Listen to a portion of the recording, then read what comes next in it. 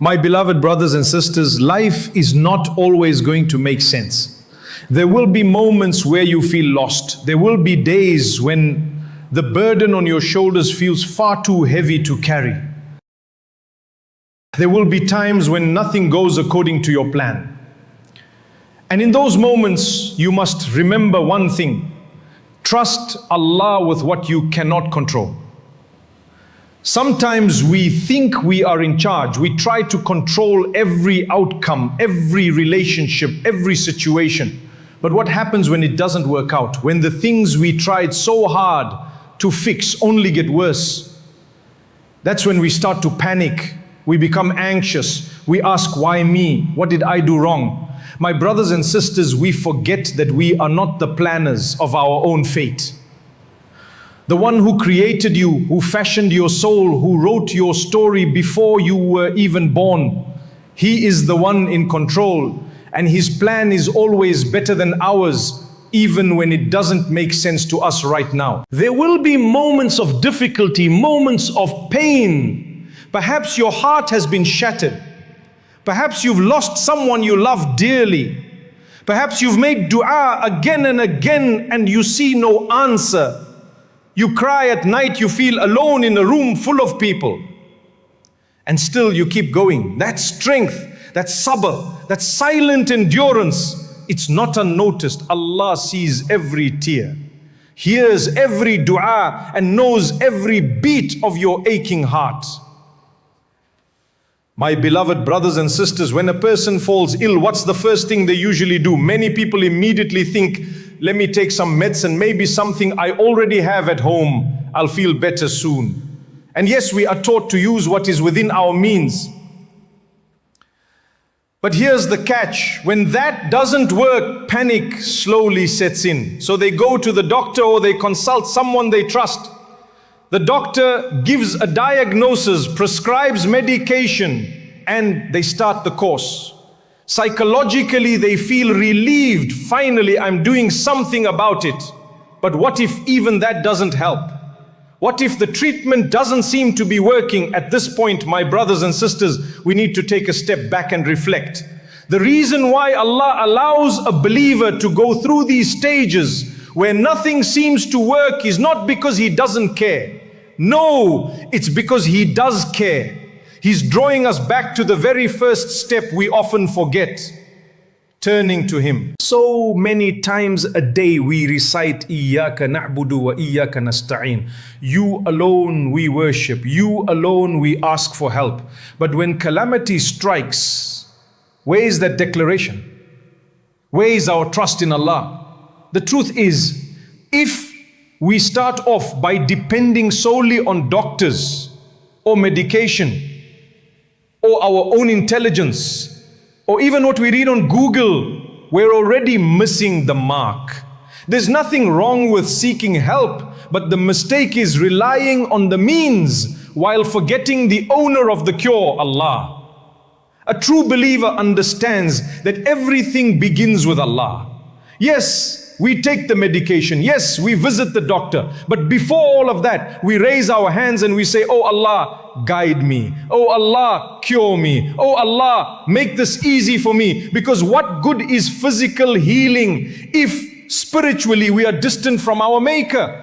When you leave your home, don't you say, in the name of Allah, I place my trust in Allah. Then you lock the door, take the steps you need, but always knowing that success is only through Allah. The Prophet, peace be upon him, told us, any important matter that doesn't begin with Bismillah is cut off from blessing. Cut off. No barakah. Even if you achieve something on the outside, there's no peace, no contentment, because Allah was not in the equation.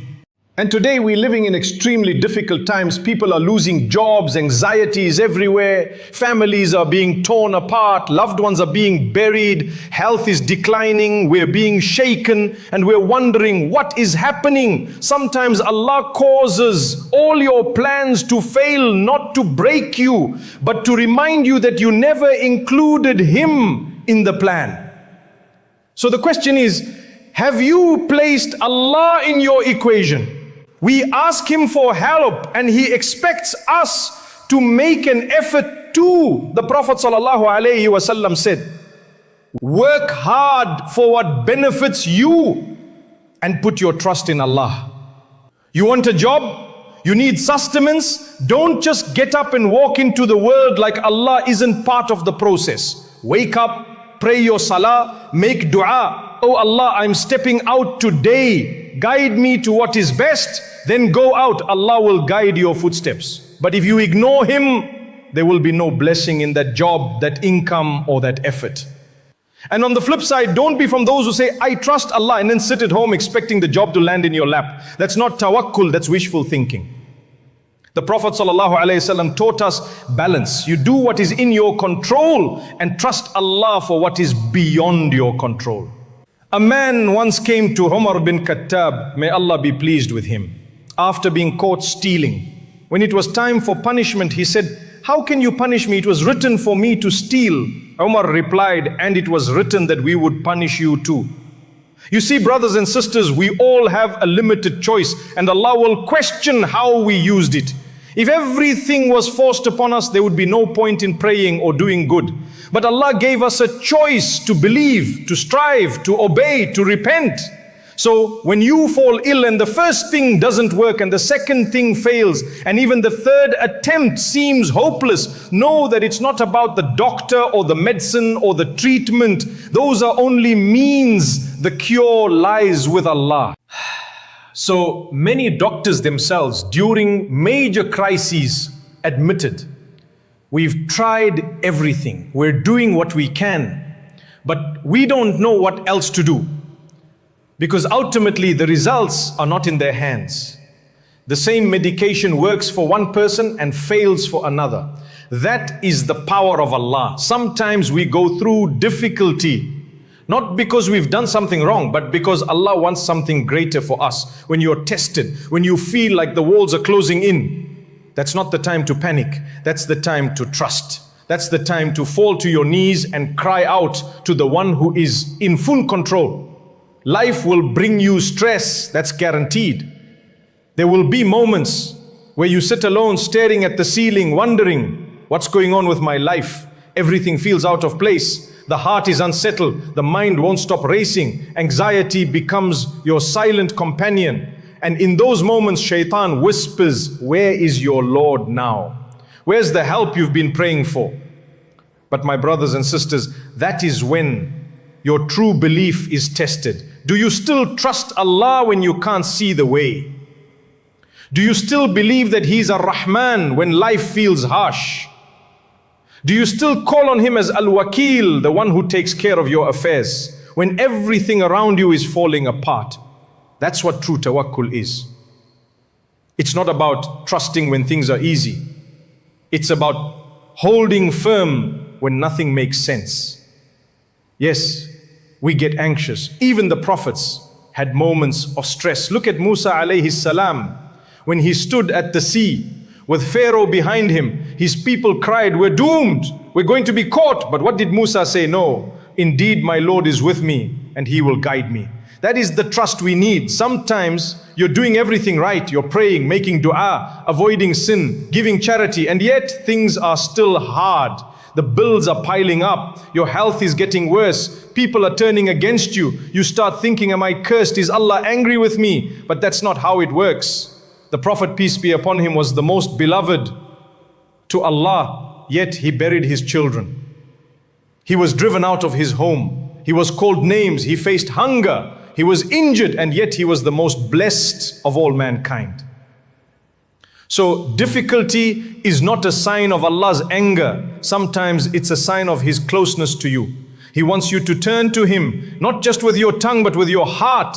You may not be able to control your situation, but you can control your reaction. You can choose to either drown in worry or swim in trust. And wallahi, when you truly trust Allah, you sleep better. You stop overthinking. You stop trying to control what is not in your hands.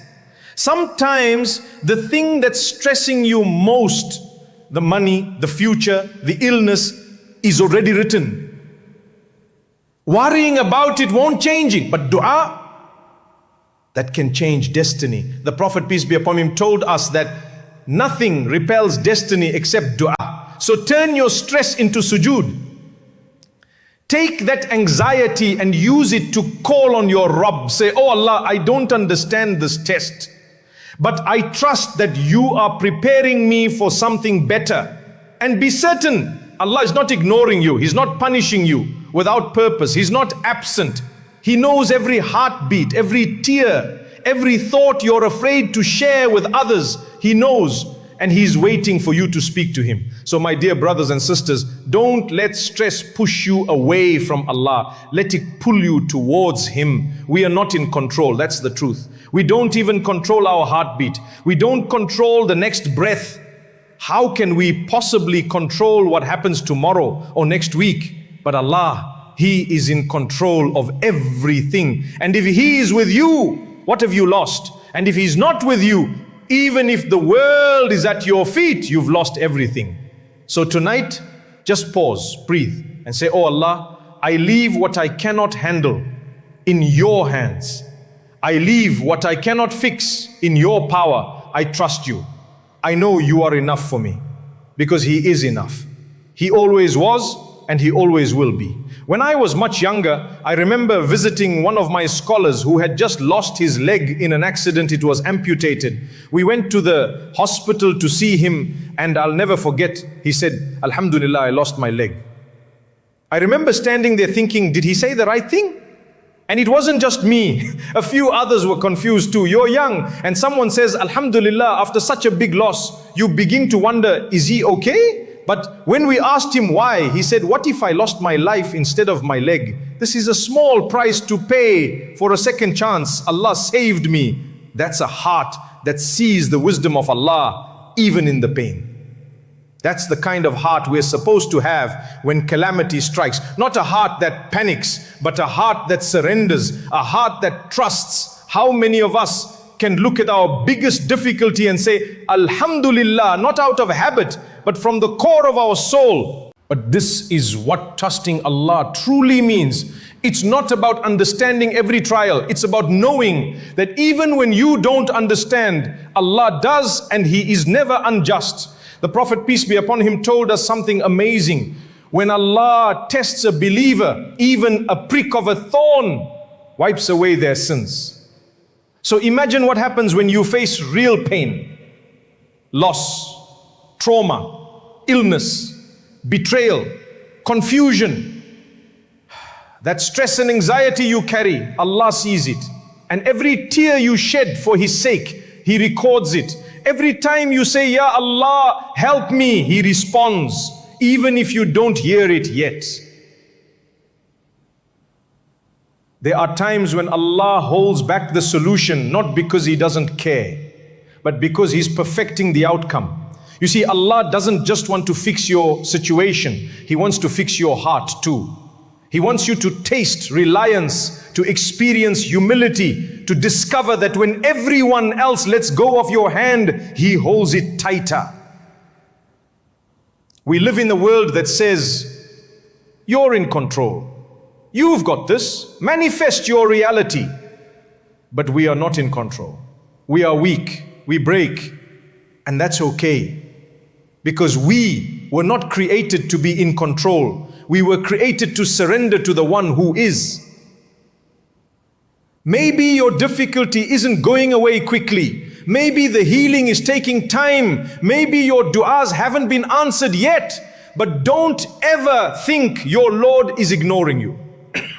He says in the Quran, I respond to the call of the caller when he calls upon me. He didn't say only the pious.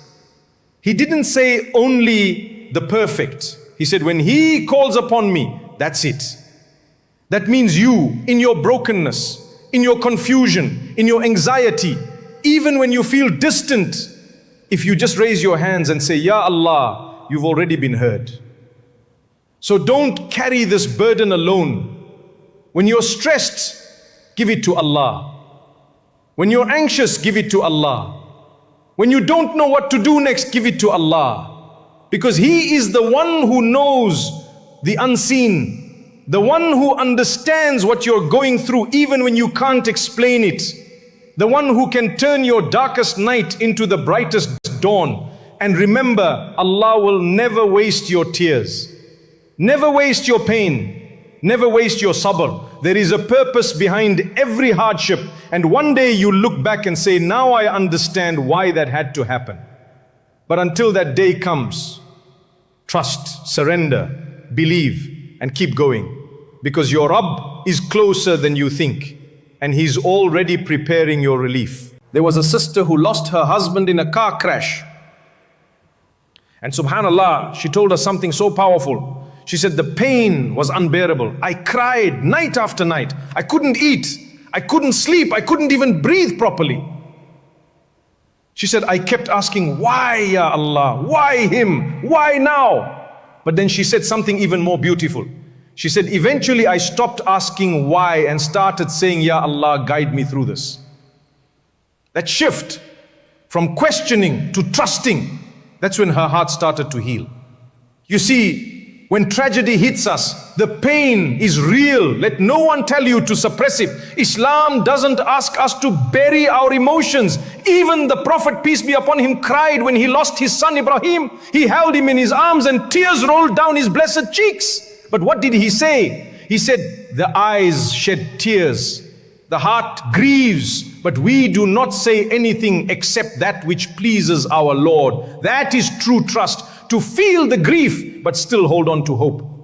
To cry the tears, but still say, Alhamdulillah. So many of us suffer in silence. We carry burdens that no one sees, smiling on the outside, but breaking inside. You pray, you fast, you give charity, but that wound in your chest is still bleeding. And you wonder, when will this end? Will I ever feel okay again? The answer, my brothers and sisters, is with Allah. Only with Allah. The world may give you temporary comfort, but it is only Allah who truly heals the heart.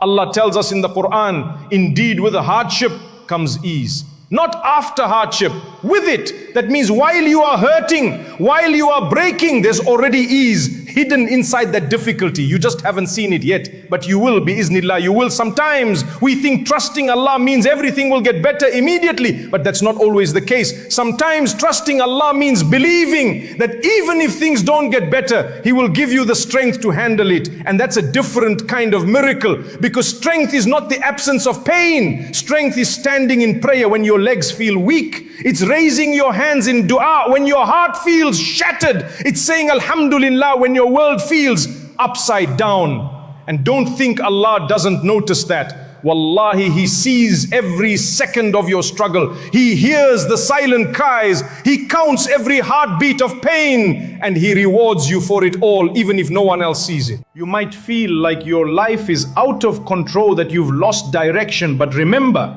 you are not lost, you are being led to a place better than where you've come from. You just have to trust the one who's guiding you. Think about this. If Allah brought you to this moment, knowing how weak and broken you feel, then surely He's already written a way out for you. Allah does not abandon His servants, not you, not ever. He says, and whoever relies upon Allah, then He is sufficient for him. He is enough. And when Allah says enough, it means more than the word could ever give you. So today, if you're carrying stress, grief, anxiety, or heartbreak, pause for a moment, take a deep breath, and remind yourself, I may not be in control, but my Rabb is. And that's more than enough. Say it with your tongue. Say it with your heart. Hasbunallahu wa ni'mal wakeel. Allah is sufficient for us and the best disposer of our affairs. Because the moment you put your trust in Him, the burden doesn't disappear, but you rise above it. You find peace. You find purpose. You find that even in the storm, Allah was always there, waiting, watching, guiding. So trust Him, even when it's hard, especially when it's hard, because the one who truly trusts Allah never loses.